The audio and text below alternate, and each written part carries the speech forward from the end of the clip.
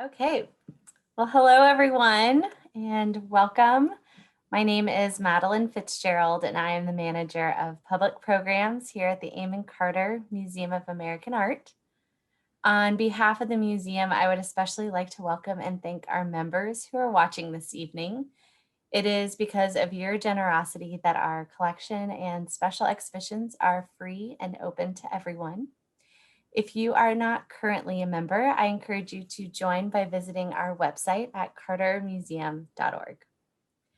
We especially want to thank Bank of America, the national tour sponsor for Mythmakers, The Art of Winslow Homer and Frederick Remington, as well as the Mr. and Mrs. Raymond Horowitz Foundation for the Arts, the Texas Commission on the Arts, and the Alice L. Walton Foundation Temporary Exhibits Endowment. The exhibition is also supported with an indemnity from the Federal Council on the Arts and Humanities, by the National Endowment for the Humanities, and by the Wyeth Foundation for American Art. We would like to give a special thanks to all of those listed and many others for making this exhibition possible. Though programming is still occurring virtually, I want to mention that the Carter is open. We are still operating at a limited capacity and requiring masks for everyone to enter the museum. If you haven't been to the Carter recently, I strongly recommend a visit. As a reminder, we've always been a no-touch environment.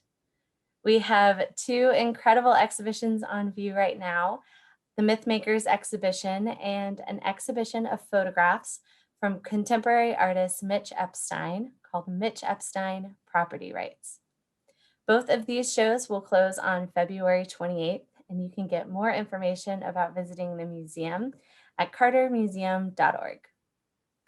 Additionally, our next exhibition talk is with internationally acclaimed artist Mitch Epstein and the Carter's Senior Curator of Photographs, John Rohrbach. Please join us virtually on Thursday, February 11th at 6 p.m. Central for what I'm sure will be a fascinating discussion about Mitch's work and the role art can play in advancing conversations about complicated issues like politics and citizenship or environmental degradation and land rights. Tickets are available for the Zoom conversation on our website. This evening, we are joined by the Carter's Curator of Paintings and Sculpture, Maggie Adler, and New Yorker writer Adam Gopnik. After their conversation, we'll do a Q&A session. For those of you who are unfamiliar with the Zoom webinar format, you can submit a question by using the Q&A button. It's on the bottom of your screen. Feel free to submit questions throughout the program, and we will do our best to cover as many as we can at the end of the discussion. If you have any questions or problems during the program, please use the chat function to reach out to me. I'll be monitoring both the Q&A and the chat during the talk. And additionally, if you have concerns about whether you're muted or not, we have it set up that all attendees are muted and there's no microphone on, so no need to worry there. Last but not least, we are recording this program and hope to upload it online to the Carter's YouTube account in the coming weeks, so stay tuned. And with that, I have the pleasure of introducing our guest tonight. Mr. Adam Goffnick has been a writer at The New Yorker since 1987. During his 3 decades at the magazine, he has written fiction, humor, memoirs, critical essays, and reported pieces from at home and abroad. Gopnik has 3 National Magazine Awards for essays and for criticism, and also a George Polk Award for magazine reporting. He is the author of a number of books, including 1,000 Small Sanities, The Moral Adventures of Liberalism, At the Stranger's Gate, The Table Comes First, Paris to the Moon, Through the Children's Gate, and the children's novel, The King's Window. A musical written in collaboration with the composer David Shire called The Most Beautiful Room in New York opened May 2017 at the Long Wharf Theater in New Haven, and his one-man show, The Gates, is based on material developed with the Moth. In March of 2013, Gopnik was awarded the Medal of Chevalier of the Order of Arts and Letters. Adam and Maggie, thank you both for joining us this evening to talk about these 2 very interesting characters in American art history. Thank you, Madeline. I'm overwhelmed to be in conversation with Adam. This is not your everyday conversation. I'm a little I'm blushing a little bit. Quite the contrary, if I may say, Maggie. I'm just a huge fan of the Amon Carter. Can I tell you, the first time I ever got to visit the Amon Carter was, I think I'm right in saying it must have been the fall of 1985 for the Richard Avedon's In the American West exhibition. If I got the date approximately right there.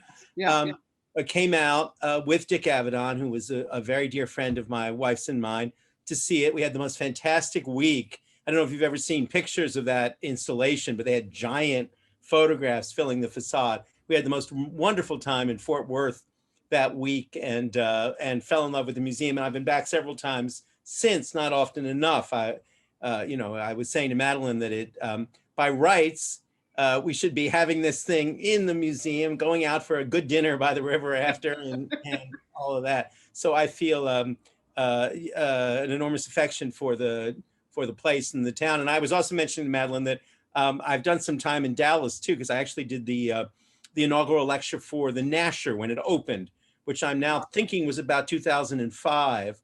But I'm at that age now where everything happened 5 years ago. If it happened 15 years ago, I think it happened 5 years ago. If it happened 5 years ago, it happened 5 years ago. Anyway, I'm just delighted to be here and overjoyed to join you in talking about Homer and Remington, to the point, as you may notice, that I've actually put my one Homer taken directly from Harper's Weekly behind me. I'd love to talk about it. We talk about Homer. absolutely. We will put that. I'll put that on the list to talk about Dad's Coming, which is what you have behind you. I do indeed.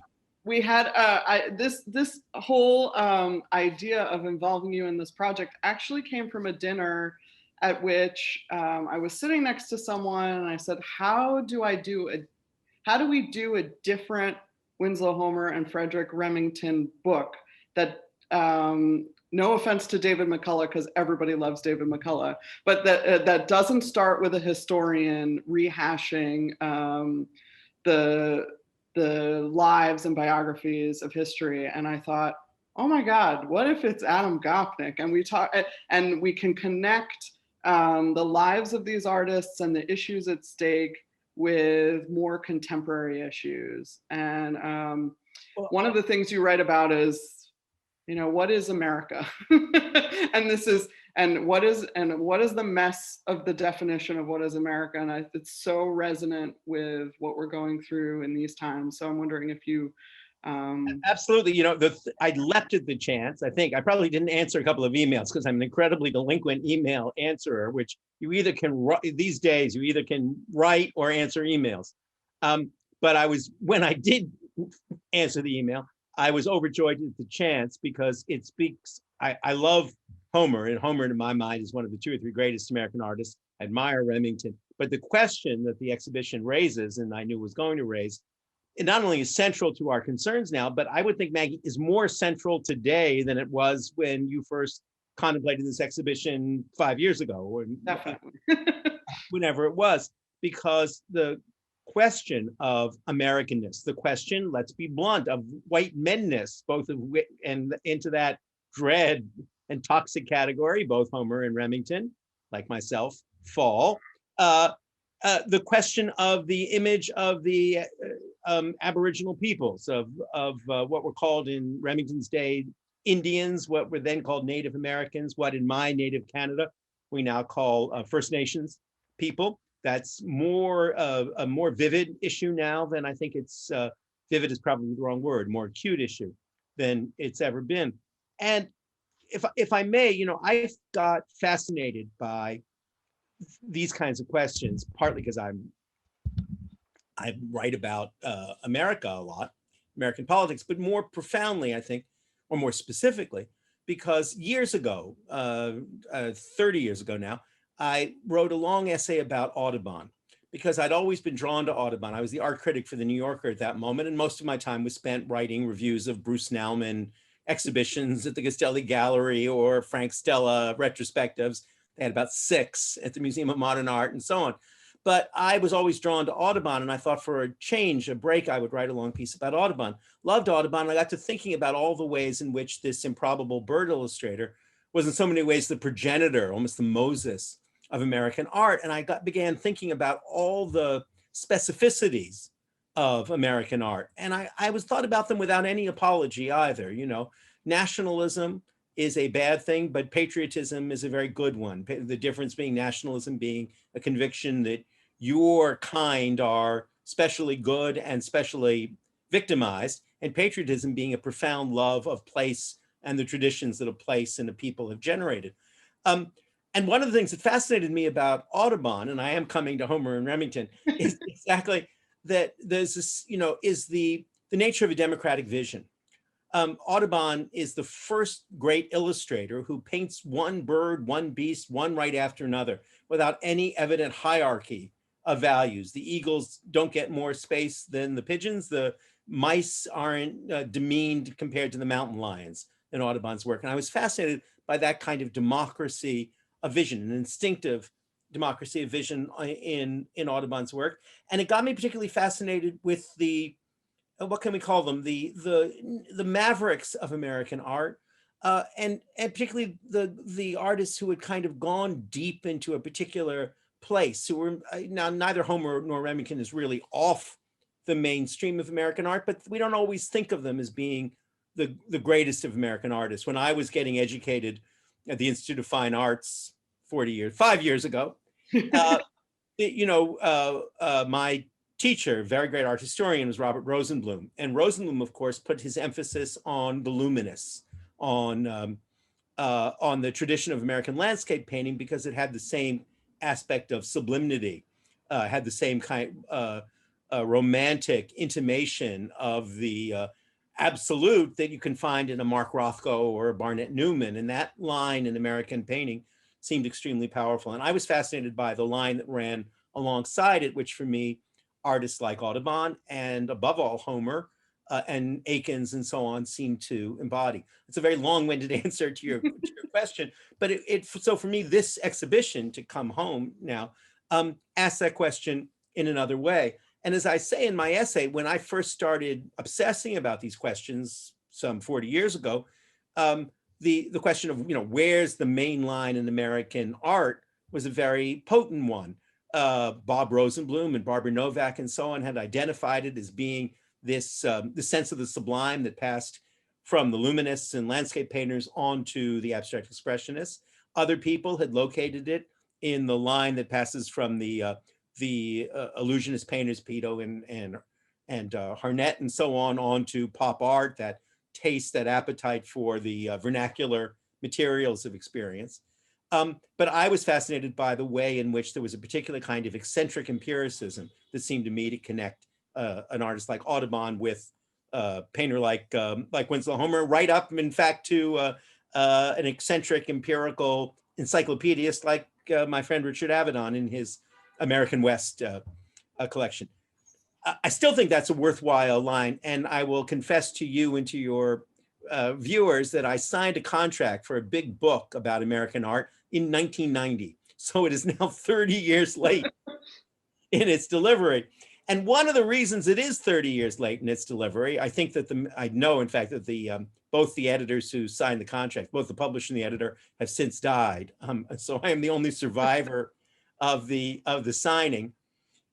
One reason is exactly, and it's, I know, one of the things we want to talk about tonight, one reason is exactly that those questions have not gotten clearer, they've gotten more knotted, exactly because so many new questions have arisen. When I began that inquiry, that investigation, truly nobody would have found the sexual politics, let's say, of Homer or Remington particularly notable. They wouldn't have asked those kinds of questions. What's the, about the pseudo virility, if you like, of Remington's cowboys and Indians, about the dramatization of a certain kind of masculinity, which has a very different ring for us now than it did then. I have my own particular take on those questions, which I think will be pleasing to absolutely nobody on either side of the argument. But I do think that those questions are more potent and powerful now than they were 30 years ago, 40 years ago, than they've ever been in the past. So you've revised your thinking as you've worked on this book project over. So much so that the book will now never appear. I've revised it to the point of self-obliteration. So, there are a couple of different questions. I'm sure in putting this show together, Maggie, and in seeing the reception to it, one of the questions that it raises, and it touches on nerves that I'm sure that are raw and exposed here in New York. And one of the things that I think is most wonderful about the wonderful catalog, I will give you a plug like a talk show host, if you will not give yourself a plug, is the degree to which it reminds us, but really I think reveals the degree to which Homer and Remington, both of whom we think of as in some sense artists of the wilderness, artists of the frontier in Remington's case, or an artist of the isolated Maine coast in the latter part of his life in Homer's case, were both as New York as I am. They were, they were closer to Woody Allen than to Paul Bunyan. They were very much made in New York by New York institutions, New York art schools, by New York publishers. And I think that's a very important part, not so much as a debunking, but as a demythologizing, a reminder to us that the if you like, the red state, blue state division in art is as empty, as misleading as it is in life. Remington's image of the American West would not have been possible, as this book makes very clear, without his residence here in New York for so long. I'm sorry, you were. No, I was gonna say, what do you think? Why do you think we have to, or scholars or critics or the like, has had to build up that image, or even Homer himself has had to build up that image of not being from New York? It's a terrific question, right? And it's central to so much, not just American art, but American poetry and American literature. We have a profound taste for the image of the isolated hermit artist. That's essential to our image of what an artist should be. And as soon as we admire an artist, what we do is locate him or her someplace out there, outside the metropolis. Very different, right, than the way, to take the obvious comparison, the way the French tradition thinks about art. There, if you're not in Paris, you're not fully alive. And it's very hard to think of a single important French artist who was not most of his or her life in Paris, and you conserve their house and you take it in. That isn't to say that the French underrate nature or their own provincial, as they would say, inheritance, but it's a highly cosmopolitan and indeed metropolitan culture. Ours is not in that way. So the moment we admire a poet or an artist, we decenter them. So we send George O'Keeffe, who is an immensely sophisticated artist, out to New Mexico to be our Southwestern person. Jackson Pollock, though entirely a creature of Lower Manhattan in the latter part of his life, we relocate to his Western roots, and then we send him out to East Hampton to live in a little shed the way a hermit artist should. And we do very much the same thing with Homer. Homer is so much an artist of the New York scene, as he's a New York magazine artist quite as much as I am in lots of ways, writing. And I have this wonderful, Dad's coming behind us, for not writing. See, I slipped in the wrong verb. Drawing for Harper's Weekly throughout that period, covering the Civil War very much as a journalist would. But when he eventually relocates to Maine, Prout's Neck, that's where we sort of locate him psychologically and cosmologically forever after. I once said, I'm a huge lover of Homer, and if I had to get a vote, and it would be a tawdry and pointless exercise, but if I had to vote for the greatest American painter and greatest American artist, Homer might well get my vote. But I went up to Maine. Have you been there to Prout's Neck? God. I even have the bobblehead behind me from the. Oh, yes, I saw you do. Museum of Art. But yes, that's my happy place, Homer's studio. And one of the things, as you know, is it's a wonderful place, but in your mental inventory, it's 6 hours from civilization, and it's all they do. And it's not at all. It's not exactly. I mean, it's much more suburbanized now than it was in Homer's time, but still, it's not a, Homer invented that place in his mind out of his own imaginative needs as much as he recorded it in his art. So we need our artists to be isolated. We need them to be inspired by nature rather than by man. We want them to be, yes, in a culture like ours, which doesn't have an official religion, highly secularized, art is our secular religion, and we want its greatest figures, its acolytes and priests, to have some of the apparent elevation of people of faith. And so we create those myths. Again, one of the fascinating things about reading this book, and that I think all of your visitors can see on the walls, is I wish I could right now, and I not having left this apartment 10 months, is that Remington, though he's not a fabricator in the sense of being in any way knowingly dishonest, fabricates his vision from many parts and from many literary sources, is the catalog the book makes plain. The Remington has a close relationship with Owen Wister, the author of The Virginian, one of the first great Western novels. One of the truths as well that I think is really striking, and is I think generally true about the way we mythologize, is that Remington comes along relatively late in the story and the history of the settlement of the West. So it's more of a vision made in looking through the rear view mirror in retrospect in the twilight than it is made immediately and on the scene. It's a vision made, and I think loved in part by people like Teddy Roosevelt so passionately, in part because they recognize that it is trying to fix in place a moment of American settlement and so on that's already beginning to pass as Remington is beginning to record it.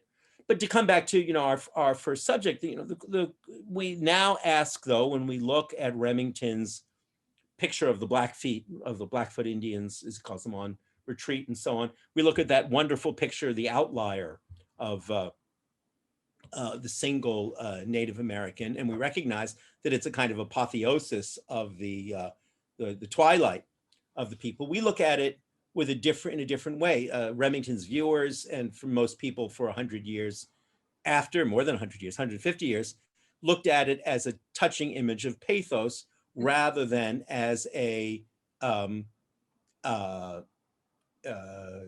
pernicious image of genocide and exploitation and so on. But those questions, now come forward in a different way.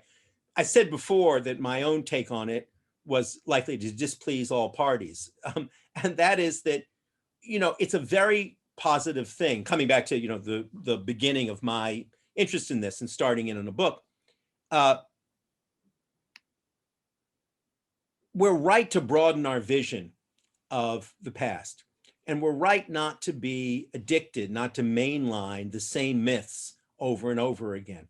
And we're always right to see the world from the other side, right? When we look now at a nude model in a corbeille, we think about how the nude felt as she was being portrayed. We try and see things not just through the male gaze, but through the reciprocal female experience of being gazed at, preyed on sometimes. And in the same way, I think we need to see Remington's First Nations people, Native Americans, from their point of view, as well as from ours. That's a wholly healthy, positive thing. And if you were a Native American looking at Remington, would see it and see him in a very different way than you or I might. That's a wholly positive thing. At the same time, for me, and I've written about this a lot in the last couple of years, Maggie, because it's so much the issue of our time, one of them anyway, maybe the issue of our time. How should we treat the wrongdoing or attitudes in the past that seem to us now pernicious or wrong?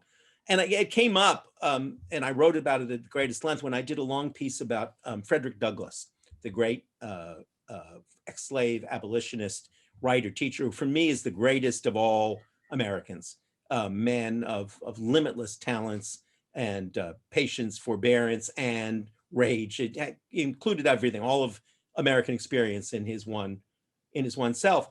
But Frederick Douglass had what would seem to us now very unfortunate attitudes about feminism. He thought that the struggle of women for suffrage, for the vote, was very secondary to the struggle of African Americans for freedom, and expressed that view many times. Now, that view to us seems incomprehensible in lots of ways. How could you not see that these were parallel or companion struggles?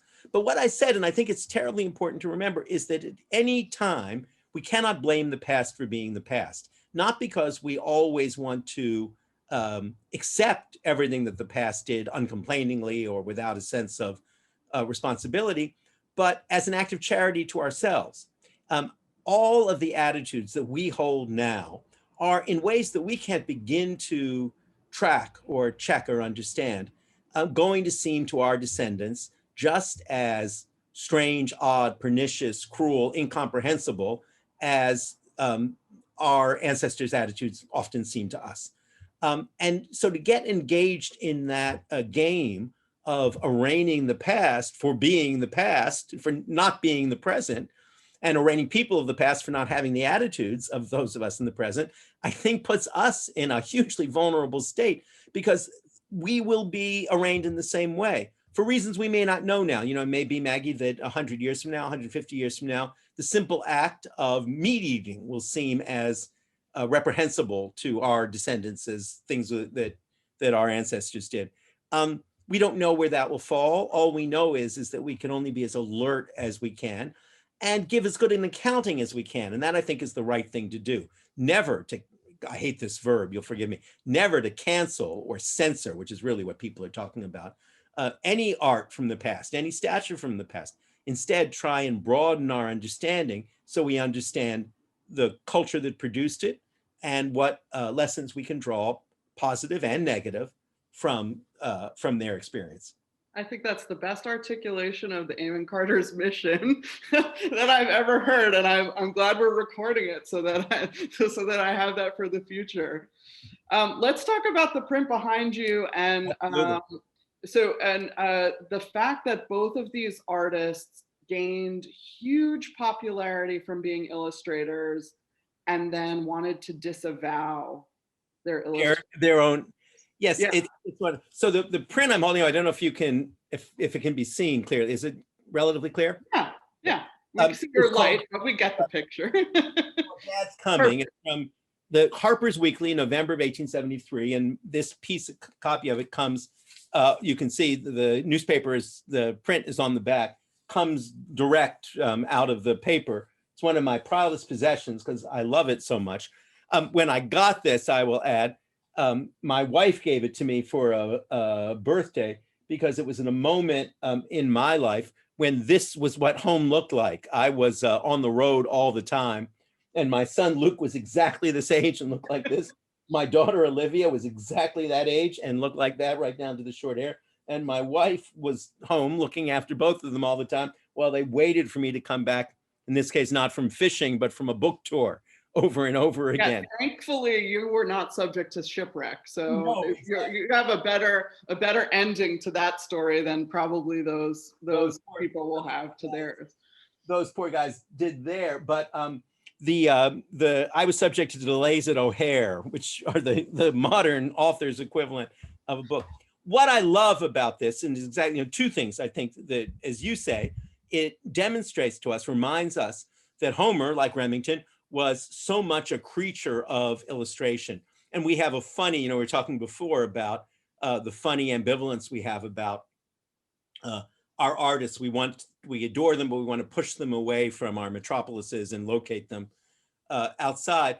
In the same way, we do something similar about their working conditions. We don't want them to be successful artisans. We don't want them to be successful businessmen. So the fact that both Remington and Homer were successful businessmen of a kind, understood the entrepreneurial side of their art, can trouble us, right? We don't want Remington contaminated with Fifth Avenue.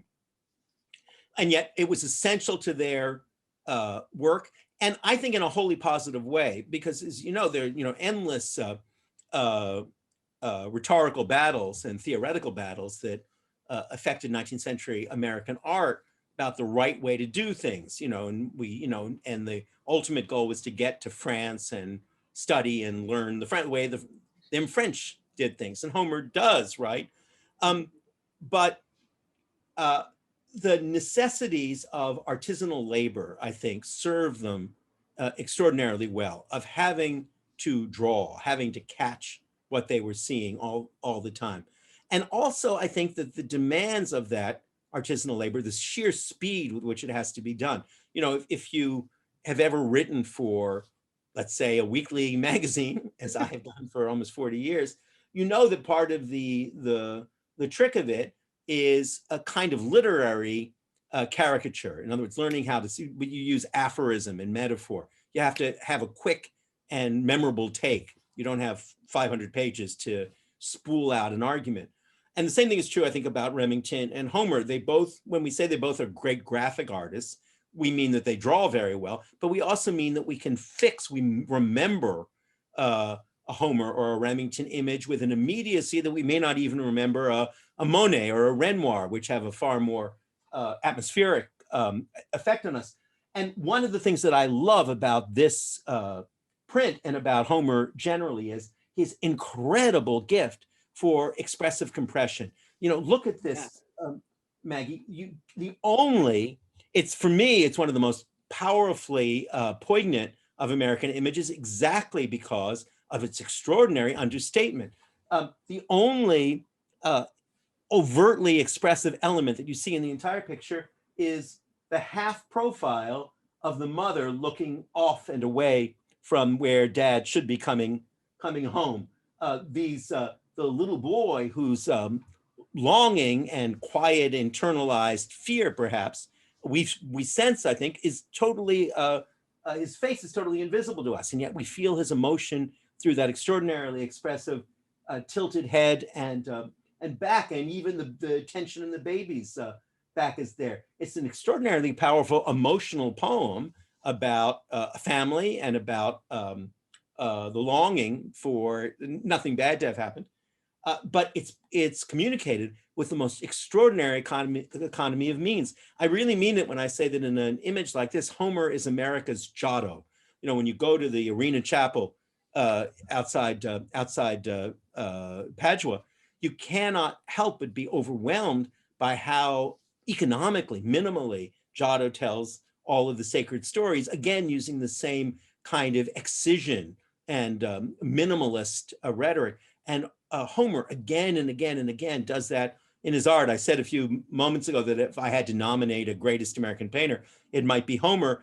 And I always think of something like the Left and Right, in Washington, painting of the two ducks.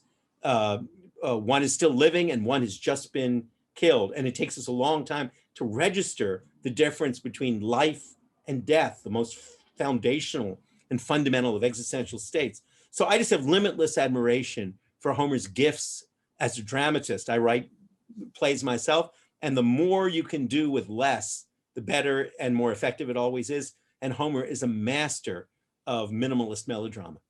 Amen. I think what's so fascinating is that I've told this anecdote many times. My graduate school professor, who may be on this Zoom, I don't know. Hi, Mark, if you're on here. But he would make us draw any painting we were going to write about. And I did it with Remington and with our own Fall of the Cowboy. And what comes out of that process, and I've done it with many Homer paintings, is what's not in the picture that you think is in the picture. There's no boat there. Dad's not coming. There, you can't even see the faces or the expressions, but you have some kind of ability to project into those artworks. And I think I encourage all of us to flip through Harper's Weekly, and you can immediately tell a Remington or a Homer because they've edited. And so much is done in the editing out of extraneous detail. And yet they're both talked about as like absolutely meticulous in detail and reporters and photographic in their accuracy. And again, it's one of those myths that is like the hermit, self-taught popularity. Ornery and isolated. And Yeah. never gets his buckskins off, or in Homer's case, never gets. Can I ask you a question, Maggie? Because you're so Sure. much more up to date on art and art history than I am. What's the current view about Homer's exposure, if any, to Japanese prints and Japanese art? Oh, I think it's got to be. He has to. I think he has to have seen, certainly in Boston collections, Japanese prints, and I think he has to have. What we don't talk about again is, when we talk about being self-taught, is a network of communication with John Lafarge, with printers, with people all around him who could have exposed him to this. And we have, in our iteration of the exhibition, in a way that wasn't in the other venues, his fish and butterflies from the. I was about to say, do we have fish and butterflies there? Yeah, and it's for sure a Japanese. I was thumbing open, leafing open to fish and butterflies exactly for that reason, because it seems to me that picture is unimaginable about the example of Hiroshige or Hokusai Hiroshige in particular. It's a masterpiece, but it seems to be such an American read, talking about the deep, the profound, grammatical cosmopolitanism, worldliness of Homer. That picture seems to me to cry out about Homer's relationship to Japanese prints. Well, and it's we end the exhibition with it because, to me, there's this line between, are these two artists modernists, or are they just nostalgic chroniclers of fictional pastimes? So maybe you want to speak to nostalgia, anxiety, and modernity. That's a small question. Do I have 5 minutes? For this one, I need 5 years. There's no question that one of the reasons that both Remington and Homer appeal to us is because they do seem to offer us an image of a world we no longer possess. Homer offers us beaches we no longer can get to, not necessarily unspoiled nature, but in something like the whip around, an image of a kind of bucolic American boyhood, even in the more anxiety-ridden Dad's Coming and so on. And certainly, Ronald Reagan loved Remington, and he loved him in part because he seemed to embody a set of rugged frontier values that were perceived as endangered by the corruptions of finance, modernity, and so on. And that's a familiar story. One of the things that always strikes me about Remington, I've been talking about Homer chiefly because I have a great passion for Homer. But in the same way, one of the things that's, I think, really striking about Remington in this exhibition and in general is how much of Remington's art, though we remember the charges and the action scenes, and so how much of Remington's art is taken up with moments of detente, of exhaustion, of release, of withdrawal in some ways. And I think that's a very important aspect of it. I think that the case that gets made against our love of an artist like Remington is, well, we're not seeing all the things he leaves out. But that's true about any work of art. That's what defines the work of art as a work of art rather than as a work of history, is exactly its selective power. And for me, Remington is one of the great creators of a mythological universe. If you wanted to say who makes us see the American West, well, you'd say, well, it's Remington, it's John Ford, who learned so much from Remington, John Ford, the great film director. It's Howard Hawks, another great film director. And so that composite mythology, it seems to me, is of huge significance. And we come back to a theme we were discussing about before. Mythologies ought to be judged, but they shouldn't be judged on narrow documentary grounds. They should be judged in terms of the values they imply, the figures that they take in. And Remington is a very powerful mythologist of the American West, and no worse for being so. This will seem like a strange comparison, Maggie, but I'll I'll throw it out because it seems to me so central to what it is that artists do, and why what artists do is different from what journalists do, or different from what academics do. I mentioned the first time I was ever at the Amon Carter Museum was in '85 to see my very dear friend Richard Avedon's exhibition in the American West. And I don't have the photographs with me. As if I were giving this as a lecture in Fort Worth, I would be showing Avedon's from that moment right now. But they were not representative, and they were criticized for not being representative of the American West as it existed in 1985. They too had, in some ways, an archaic or a backward-looking slant. You know, there were more people in the American West who were working at a McDonald's or at a Walmart's in 1985 than there were who were beekeepers or miners or roustabouts and drifters and so on. There was an element of, we said, you can't understand Remington without Owen Wister. Well, you couldn't understand Avedon's American West without Sam Shepard. It was very much the playwright Sam Shepard who wrote True West and all of those other bleak, dramatic allegories of inexplicable violence and blood in a Western setting. So Avedon was a very Sam Shepard vision. But if you knew the artist and you understood the work, you understood that it was his theater of the self that he was projecting forward, which is what all artists do. Artists don't operate by being fair, unbiased, balanced, judicious witnesses to the world. They project outward their own obsessive images. And that's one of the things I think we feel very strongly with Remington. It's why I think Remington is so much more interesting as an artist than any Western artist could be. It's exactly because we identify in that kind of strange, nervous, frenetic energy, that almost kind of electric line that runs through all of Remington's work, something that is not repertorial at all, but is properly called artistic. Why do you think he short circuits certain critics who just can't even look at him without the baggage of exhibitions or what they perceive to be his angle? Well, because Homer is safe. I mean, the myth of the Eastern is in lots of ways as mythologized. The myth is mythologized, obviously, is as much fabricated or poeticized as the myth of the Western. But basically, nobody cares as deeply. We're not invested politically in the myth of the Eastern in the way we are in the myth of the Western. Homer's Civil War images, and I think I say this in my essay, Homer's Civil War images, I think are equally, I hate the word controversial, but I can't think of a better one offhand, are equally difficult for people because what's left out of they're extraordinary things like the sniper, which brought home the long-range nature of the war to a lot of people, nonetheless do not show us the Civil War as it was actually fought, as great fields of gore and blood at Cold Harbor and so on.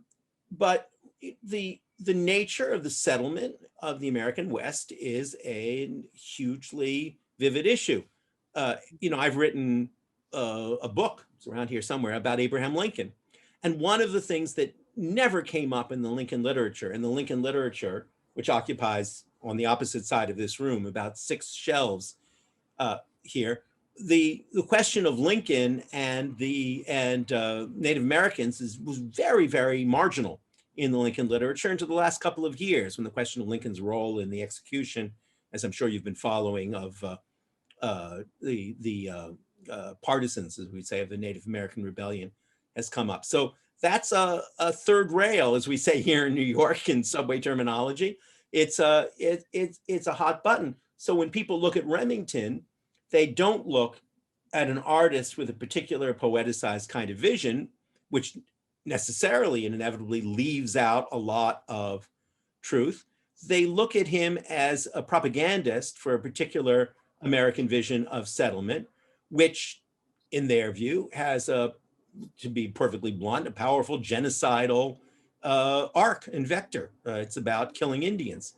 I don't think that's a good reading of Remington as an artist. I don't think that there's ever he's an artist of conflict and war, but he tries to imagine it on sort of Homeric terms, with the Native Americans as the Trojans and the European Americans, us, the Americans, as the Greeks, so to speak. It's always Other Homer, the other Homer.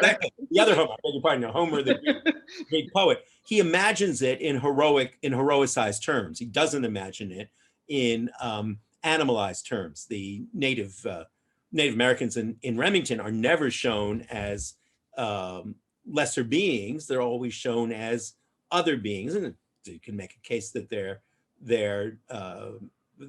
shown as fascinating exotics rather than as fully human participants. Well, they're always shown as fully human participants, but rather than as equal participants or as victims, which is how we tend to see them now. So you can't look at Remington. You can look at Homer without being drawn inexorably into contemporary political quarrels. You can't look at Remington without being drawn into those quarrels. I'm going to repeat myself now, Maggie, and forgive me. I know we should take some questions. It is, one of my favorite French idioms. I lived in France for a long time, as I'm sure you know, is simply grown-up people can count to two. Grown-up people can count to two. And what's meant by that is you can say the settlement of the American West was bloody and brutal and hugely inequitable to the indigenous peoples, and say at the same time it was part of the history of the country. It was an historical inevitability, and artists, poets, writers recorded it, organized it, shamed it, celebrated it with the full variety of human attitudes that we take towards anything that we're engaged in. And to narrow our vision down to a binary good or evil is, as I said before, to betray ourselves, because we would not like to be reduced to binary creatures of good or evil, because our descendants will not see us that way either. I think that if we broaden, we can broaden our vision of Remington and what's left out in Remington without censoring all that Remington brings us. Yeah, you struck me speechless. I think that's absolutely right. You are, in many ways, like these artists in that you have a journalistic or a nonfiction career and a fiction career. How do you approach those two disciplines differently? I know I totally threw that out of left field. It delights me. It delights me to take it. I am of the sinful kind who thinks that they are one coherent whole, and obviously my critics don't think that any more than Homer's critics necessarily thought. Homer, again, to come back, one of the reasons I love him so much is because the thread of empirical observation in Homer. I don't have them here, but I love his Central Park skating scenes from the 60s and 70s, which are Sunday sketches at one level, but are these wonderful images of fashion and rivalry, courtship, flirtation, as you could ever find. And in his great finished poetic paintings, that vein of empirical observation flows quite naturally in. I don't think there's a better American picture than I've looked at it 1,000 times and I'm going to forget its title, the Canon in Havana Harbor. I forget now what Searchlight. Exactly. That's simultaneously a photographic representation of a particular moment and a particular engagement and so on. It's at the same time, it's one of the great, strange, mysterious pictures in American art. It's as enigmatic as a De Chirico. It's as surrealist as a Max Ernst. And I think that one of the great virtues, one of the great acquisitions, if you like, of American art is the way that our repertorial, our journalistic, if you like, instincts merge and flow into our artistic ambitions. To take a figure who one would normally never attach to this conversation, Andy Warhol is interesting for exactly that reason. Is it just blank, autistic assemblage, or is it raised up poetry? Joseph Cornell, one of my favorite 20th century American artists, poses that question over and over. In some ways, he's a weird, eccentric, amateur collector of objects on Fourth Avenue. In other ways, he's as complex, as metaphysical a poet as we've ever had. That direct connection between immediate experience held at hand and intricate metaphysical poeticization, that's for me the beating heart of American art. And that's one of the ways in which I don't claim to have that same those same qualities, but I certainly think that the American writers who I admire most, beginning with Mark Twain and running right up through someone like John Updike, were producers. They did everything. I will, if you'll forgive me a name drop here, Updike, who's a writer I hugely admire. Once I had the privilege of knowing him a little bit because we worked in the same shop. And he said to me once, the key is that always say yes to anything. If Popular Mechanics needs a piece on spoons, just say yes and do it. And I think that was he was a deeply patriotic man. And I think that was, in his mind, the proper American attitude. It was like Audubon saying yes equally to mice and mountain lions. You just say yes to experience. And I try to do that. And that's why, for me, there's no real division between fiction and nonfiction. That's fascinating. I think Madeline has a slide, maybe in the slide deck. I'm going to put her on the spot. You mentioned Ronald Reagan. Why do you think the Bronco Buster has stayed in the White House, in the Oval Office, through every sort of political machination party? Do we have it there? No, we could. I think I have a compilation of, I can just describe it. I have a compilation of Martin Sheen on the West Wing in the pilot, and Obama, and yeah, here we go. There it is, right. What do you think it is? Well, I don't know if you saw, but when I was coming online today, there are a lot of images of art being removed from the Oval Office, busts of Lincoln and so on. And I'm sure just is that they're emptying it out for the new president. But the people were saying, are they grabbing these things?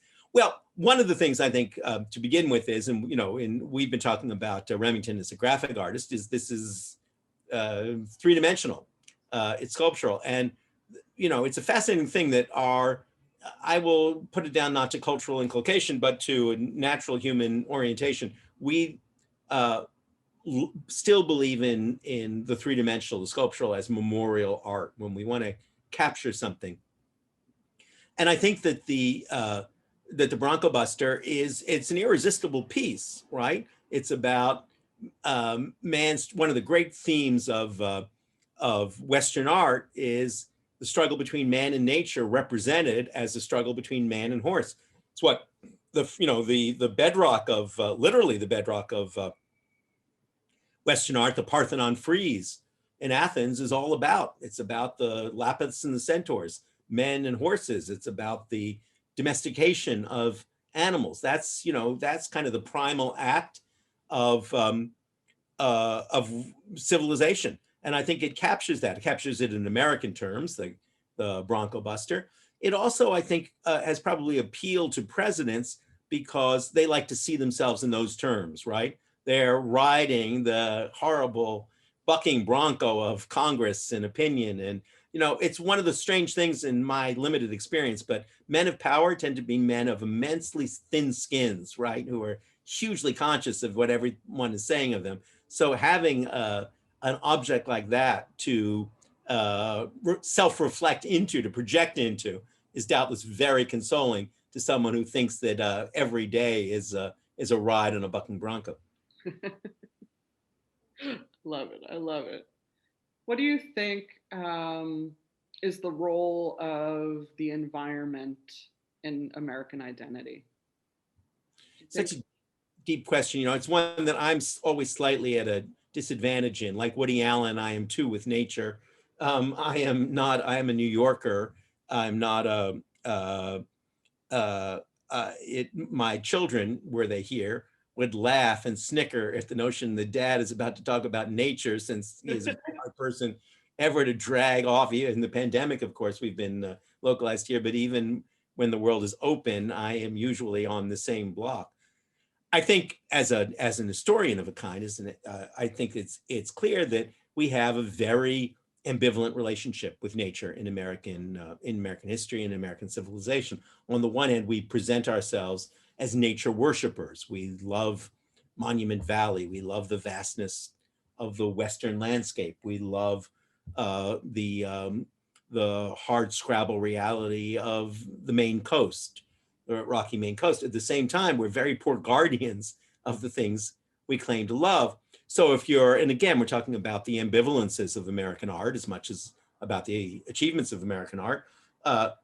If you're a skeptic of the kind, you say, well, what artists like Homer and Remington do is they supply us with cozy cosmetic confections that make us feel good about Americans' relationship to nature and allow us to eradicate the larger truth about our exploitation of nature and our threatening eradication of so much. You know, my friend Bill McKibben, sometime New Yorker writer, wrote a book called The End of Nature, just on that grounds, that we as Americans were not just exploiting nature, but exterminating it, making it impossible to go on through, obviously through climate change, global warming, but also more broadly through our immersion in technologies like this one. And so it's possible to see Homer and Remington as sentimental in that way about the American landscape specifically, but about the broader relationship of humankind and nature. I think that tends to make Homer and Remington dumber than they ever were. I think that both Homer and Remington were as aware as we are of the fragility of the natural worlds that they were looking at, of how quick they were and how likely they were to pass, and so on. So I think it's reductive of the complexity of both artists' vision to make them mere consolers of the exploited. They have I think much more complex things to say to us than that. If you were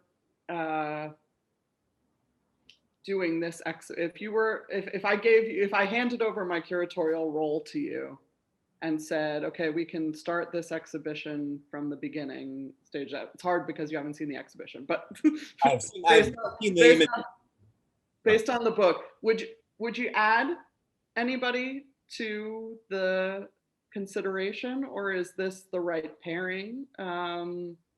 What an interesting question, Maggie. Maybe you have someone in mind. The obvious answer, the pious answer would be, yes, we should have First Nations artifacts alongside Remington's images. We should try and spin the painting so we see what's on the other side. I think that's, or if we could say about Homer that we would want to see. I'm not sure what would be the antipode to Homer in that scheme. I find, as a viewer and as a mind, the claim that First Nations, as we call them in Canada, work is every bit as significant and as important for the inheritance of American art as anything that Europeanized painter or artist might make to be absolutely true, incontrovertible. But I think we condescend to it if we try and treat it in a self-aggrandizing way, as though that somehow we can get off the hook of our own history by patronizing another artist. That work belongs on its own. That work should be seen on its own, with its own dignity and with its own significance. I don't think we genuinely broaden our vision by genuflecting nervously. We broaden our vision by going to look at more kinds of things, and that's what we ought to do. So should we broaden our vision of American art to give Aboriginal art a prime place in it? Absolutely. I think that would be a valuable thing. I guess if I'm thinking about American artists who I might want to include, I suppose I I don't have a good answer for that, is the simple truth. Maggie, did you have someone in mind? Well, we when we were planning the exhibition for a hot second, we thought, well, maybe Aikens is the third. Oh, But yes. over time, I've been thinking, I mean, it's totally anachronistic, so I wouldn't do it, but there's so much to be said about Norman Rockwell and how we talk about Norman Rockwell, and his popularity and the kind of scourge of popularity. Wow, that's an interesting idea. Aikens is the obvious one we always pair with Homer because they're the two great masters, to my mind, of American empiricism, American realism in the latter part of the 20th century. Aikens is a much more tormented and complicated figure in lots of ways, a more knowing artist than Homer in some ways. I did a long piece about Aikens 5 years ago, 25 years ago. And he's always fascinated me as an artist I go back to again and again. And certainly if I ever get that American art book written, the chapters on Homer and Aikens will fall one after another. But I agree with you. I think that Rockwell and Remington make a fascinating juxtaposition, because you're exactly right. Rockwell is an artist who has a deep place in the imagination of Americana, but also holds a place in American art. You can't help but be stirred by the virtuosity of his craft as an illustrator. At the same time, you recognize that he's creating a dream world in lots of ways, a largely fictive world of an America that never quite existed as he shows it to us. Again, I'd say with Rockwell, and I not long ago read, I'm losing my mind now, the good recent biography of Rockwell by the same woman who was a friend of mine who wrote the biography of Joseph Cornell. I'll get her name in just a second. I'm sorry. I know who you're talking about. Oh, good. I'm glad it's, I thought, oh God, this is so, I'm just blanking out. But one of the things she shows is, once again, as with any artist who holds our eyes for any length of time, Rockwell was not a simpering, saccharine advertising artist. He worked out of a very complicated and in some ways twisted personal vision. And the fact that his personal vision did not actually correspond with American reality is, to my mind, is irrelevant as whether or not, a De Chirico plaza actually looks like a plaza in Milan. I mean, I will say I don't know that I would do this exhibition again. But so there's a question of what you were talking about earlier in terms of Deborah Solomon. Deborah Solomon, of course. A good friend, her husband, so an extraordinary medical doctor, is a good friend, and I'm deeply ashamed. I'm sorry, Deborah. Thank you. A question of whether an exhibition is more about a corrective or it's more about a sort of revisiting a deeper corrective, or revisiting a kind of canon and dismantling it from within, if that makes sense. Makes total sense. But I think that, and this is why I get impatient sometimes with people who talk, limitlessly about how we have to use the pet verb deconstruct the canon or something. Canons are always being created and recreated. The canon of, one of my favorite sites in Paris is if you go up the Avenue de l'Opéra and you face the great Beaux-Arts building of the opera. They have emblazoned on the front of the building the names of the great composers, and there it's Mozart, Beethoven, Meyerbeer, I forget who the other ones are, but there's like three you never heard of in your life, who were at the time seen to be on the same, literally on the same level, literally, as the kids always say, with Mozart and Beethoven.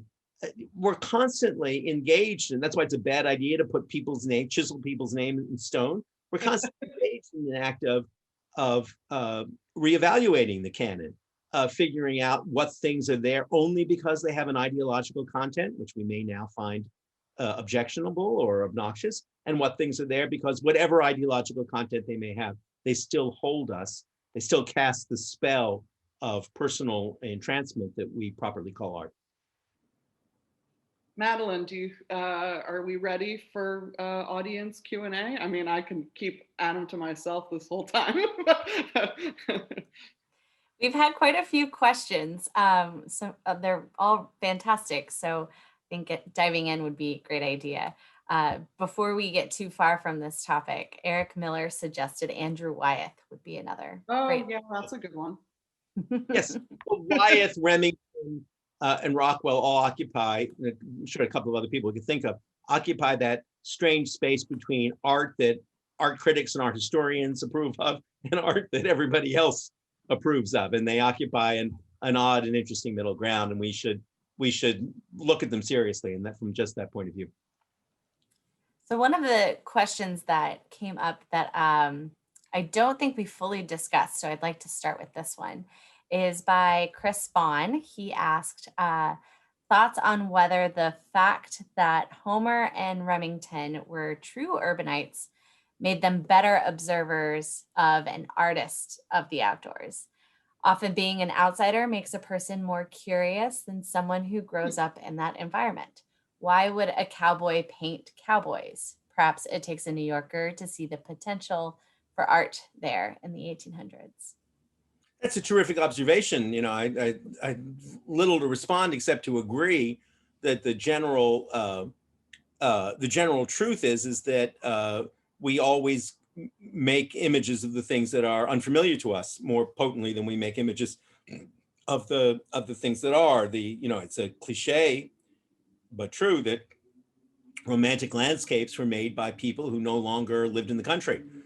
You have to be no longer living in the country in order to see the landscape as romantic. Peasants don't see landscapes as romantic. They see them as the resistant ground of their impoverishment. So yes, I think that's very true, and I think that's also true of the audience for the art they had. I think it's. Well, the caveat with that is Homer and fishing. So answering the question of why would a cowboy make a cowboy picture, certainly I think there's nobody who understands fish better than Homer, and he's still going to do it. True enough. One of the next questions is by Samantha Mabry.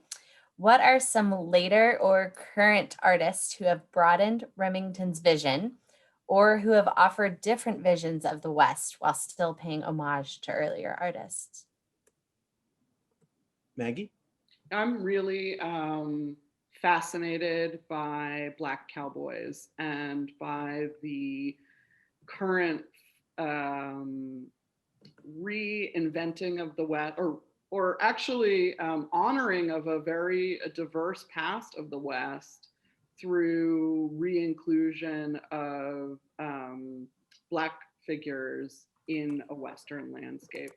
And again, it's like the COVID time, and it's the fact that it's the evening. There's a photographer that I'm specifically thinking of whose name is now escaping me, but maybe someone in the chat can help. But that's also part of the reason we were so interested in having Don Flemons, who is an expert in historical music, who also is making his own music, provide commentary on our labels in the exhibition. Yes, I think that's the case exactly as you say, Maggie, where the inclusion is genuinely just moving the camera somewhat this way, because the African-American role as cowboys is is overwhelming when you actually look at the imagery and the documentation of that past. And I think Mitch Epstein is on this call, but it's such a perfect juxtaposition of these two exhibitions, dealing with so many of the same themes of whose land is it, and the fight over resources, and what is America, and what are the different definitions there. So come back for his talk as well. I hope Mitch is on this. I would give him a warm greeting. I've not seen Mitch in many years. There was a time when we got to see quite a bit of each other. Our social circles intersected, but I'm a huge fan of his work, and I'm truly looking forward to listening to him.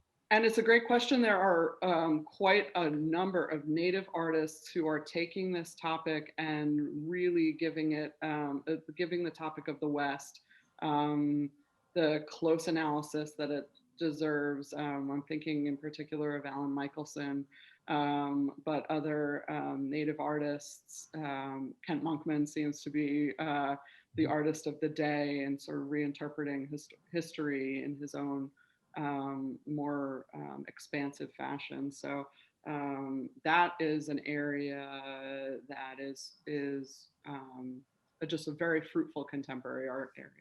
If I can just broaden the range a bit outside of the art world, is, you know, one thing that I recommend everybody see at some point is the most reviled movie of the latter part of the 20th century, Heaven's Gate, Michael Cimino's famously disastrous Western. But if you go see it now, you'll be impressed that this much reviled movie is one of the few epic Westerns that's all about the immigrant experience in the West, is the Johnson County War, and has a significant role for African Americans as well. It's a unsuccessful movie in some ways, but a really fascinating one. I mentioned it because I mentioned Hawks and Ford, who were sort of the makers of the classic American Western. But take a look at Heaven's Gate sometime. It's a fascinating movie.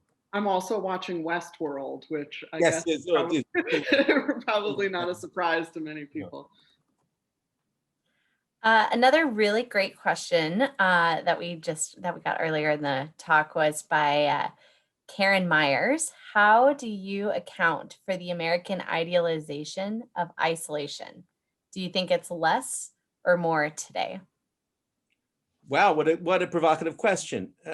It's certainly a tradition. You know, as I said at the beginning of this conversation, we tend to, I don't want to say overvalue, but we tend to fetishize artists who seem to us isolated. Emily Dickinson is truly one of the greatest American poets, but we also love Emily because she never left that house in Amherst, and that seems to us the right attitude for a poet. In my own much smaller shop, J.D. Salinger, of course, one of the commanding figures of American fiction, certainly of the New Yorker's fiction, became only more legendary because he retreated to New Hampshire and never saw anybody. It wasn't quite true, by the way. His son assembled a beautiful show of his ephemera, and it was plain that he saw whoever he wanted to see. He just didn't see journalists. He just didn't want to talk to. He didn't want to talk to people who were coming to take a picture of him, but he wanted to talk to his friends. So why? But so it's certainly a pattern. Why is it a particularly American pattern? I think it's, as I said before, it's because art in our civilization has to do a lot of the work that religion once did. And we want to believe that our saints, the saints of painting and of writing, are not like the rest of us, that their experience that they give us comes out of a state of deprivation. It's like saints, right? Of deprivation, isolation. And that if they're sitting with us at the same dinner table as they might be in France, the quality of their spiritual experience and of their spiritual witness is to our minds in some way diminished. I'm not subscribing to that view. I'm merely articulating it. But I think that the way in which the arts of all kind play an essentially religious role in American culture is, I think, at the core of it. Okay, we have another one. This one is slightly intense, or really not really intense, I guess, if you don't want it to be. Huh? I said, I think we're up for it. Great. Hoping you can solve some of the world's problems. Barbara Wyatt asked a very great question. What do we do with all the statues of Confederate generals? This is a rabbit hole and not really related to today's topic, but curious. No, it isn't. It is totally related to today's topic, and I at least am glad to address it. It's the kind of reductio ad absurdum. One of the truths about all those statues of Confederate generals is that nobody actually feels very strongly about them as statues. We feel strongly about them as symbols. I think that if somebody wanted to pull down something that we really did feel passionately about as a work of art, something like St. Galden's Robert Shaw Memorial in Boston, for instance, or St. Galden's statue of Sherman here in New York, you know, something that we had a real investment in appropriately as a work of art, not just as a symbolic image. I think we'd feel differently. You know, again, these are questions that, and will strike you as a non-answer, but I think it's the only answer. It depends on the Confederate general. It depends on the work of art and on the work, and it depends where it's placed. The history of art is the history of the celebration of oppressive people. You know, if you go to Paris and go to the Louvre, what you're seeing is one painting after another that's done to the glory of a nincompoop, Marie de Medici, or of a violent war maker like Napoleon. Napoleon needlessly got immense amounts of people killed in his military campaigns. Was at least as predatory and violent as most Confederate generals in terms of the sheer numbers of people slaughtered. In part of the history of France, and Delacroix and Jericho, part of the history of French art. As I said a moment ago, it seems to me not just possible, but essential for grown-up people to be able to look out of both eyes at once, to count to two, to say the values that this figure fought for were values that we properly find abhorrent. I'll go all the way to evil. And in some ways we don't want to celebrate them. On the other hand, we can't understand our history by suspending it. We can't understand who we are by pretending that we were never that. So I'm perfectly good with a business of removing enrichment, the Confederate statues from the, whatever they call it, the Hall of Heroes, the Avenue of Heroes, or whatever the name was. I am very much against the practice of destroying such things. We re-articulate our memories. We don't erase our memories. I'm a firm believer, and this is not to pass the buck, but I'm a firm believer in contemporary artists as interlocutors and providing a platform for contemporary artists to express those things that are meaningful to them. And one of the more interesting examples of what's happened with a Confederate monument is what's happened in Virginia with artists projecting onto the surface of the sculpture and reclaiming it with their own voices. And I guess this comes as no surprise to people who understand my curatorial enterprise, which is to bring history into the present by amplifying the voices of contemporary artists who understand our time better than the rest of us. I think that's true, and I think that is.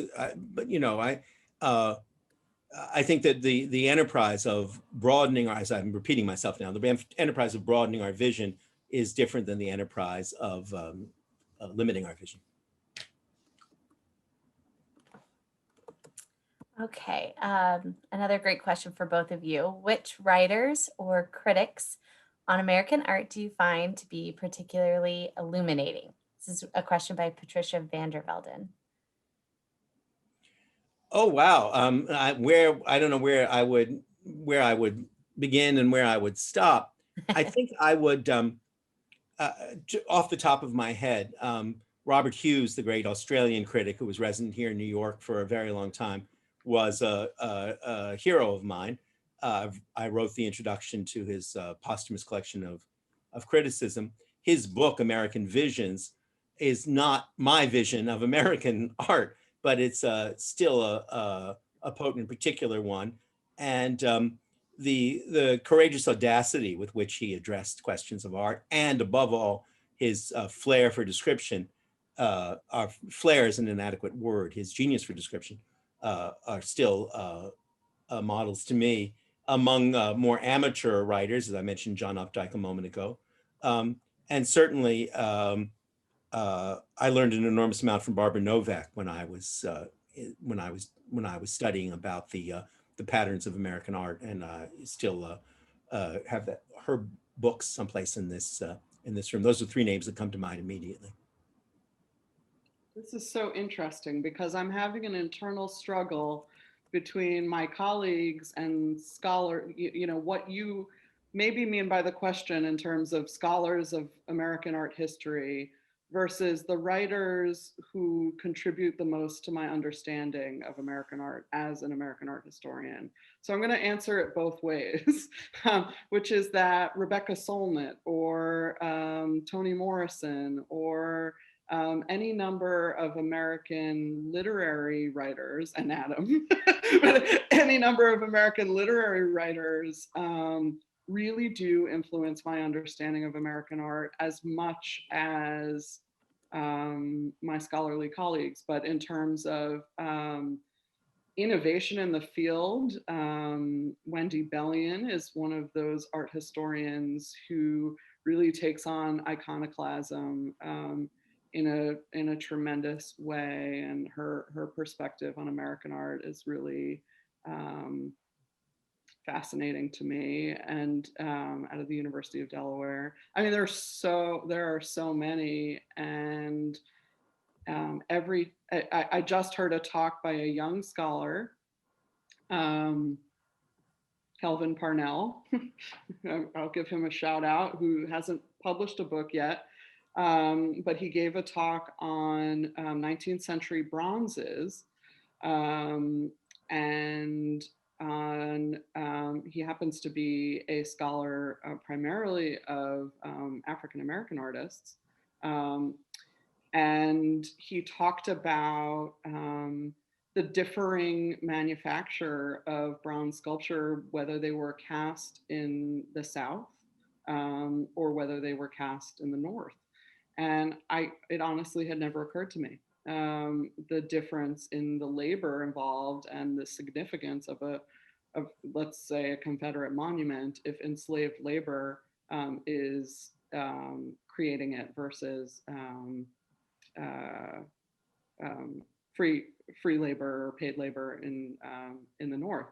So I look forward to reading his book when it comes out, and I know we'll be collaborating with each other at some point. Fascinating.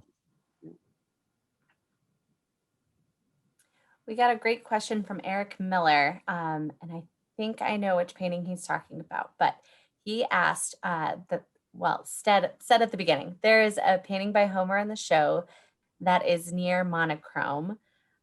He said a moonlight night scene, which is bordering abstract, almost writer-ish, except the texture. Has Homer ever entertained the abstract or less illustrative in his career? Oh, this is a great question. Thank you so much for that. This is a painting that, it's Cape Saguenay. It's called Moonlight. I think I found a picture. Let me pull that up really fast. It normally lives at the Minneapolis Museum of Art, but it belonged to the Canon collection. So it's something that will be there long term. And when it hangs in Minneapolis, it actually hangs next to Georgia O'Keeffe, a monochromatic Georgia O'Keeffe painting. So Homer and abstraction, I think, is such a great, and that's even more colorful than it is in the galleries, and it's got a black frame as well. But this is a terrible version, but it's the best you can find. It's a great question, and you had a bunch of American art historians who had a conference in Minneapolis, and we all our jaws were hanging open when we saw this painting, because it's like, wow, this is shocking in its abstraction. Here's the thing about Winslow Homer is that we look at him up close, and now we have Google Gigapixel and all this kind of stuff where you can zoom into every brushstroke, and his abstraction, even in his less abstract paintings, is so much of what's seductive to us as a contemporary audience. Of course, if you were in the Victorian era, if you were in Homer's time, you were not getting up close to these paintings to the extent that we are able to do now. So I think that's a kind of fascinating, abstract painters love Homer, but it's partially due to the ability to get up close under artificial light or through digital purposes. But this is a stunner. We couldn't resist, and particularly if you're going to be in a gallery of, I think one of the things that Remington does the best is his grisaille paintings. his black and white and gray paintings that he does to send to publications so that they get his relative values right. And so we couldn't resist this particularly moody painting. And of course, Cape Saguenay was a place where Homer really loved to fish. So I'm surprised there's not a fish in here. I don't know. Maybe if there was an infrared analysis, we might find a boat and a fisherman and all this kind of stuff. He does edit out anecdote over time. So who knows what might also be in this painting. All right, if you guys are up for it, I have two more really great questions, and then we'll call it an evening. One is by Kenneth Saintong. Apologies for mispronouncing if I did. Are you familiar with, and if so, does the subject matter of Homer and Remington regarding the West and American identity differ from that of artists that came from the West or of folk art from Westerners of the same time period? Well, I won't pretend to have anything like not only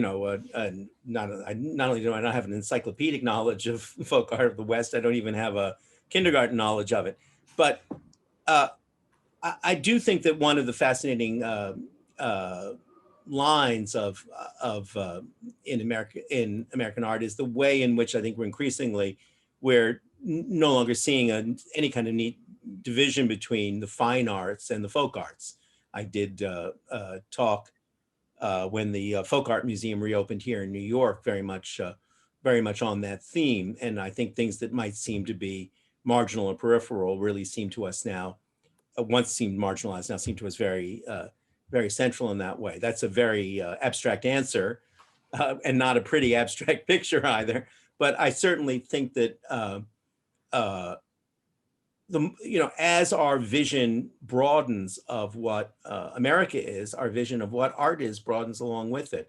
And I certainly think that the riches of outsider art of all kinds is going to remain one of the central concerns. And I suspect that our division, folk art and fine art, will seem as anachronistic to the next generation as the division between illustration and painting does to us now.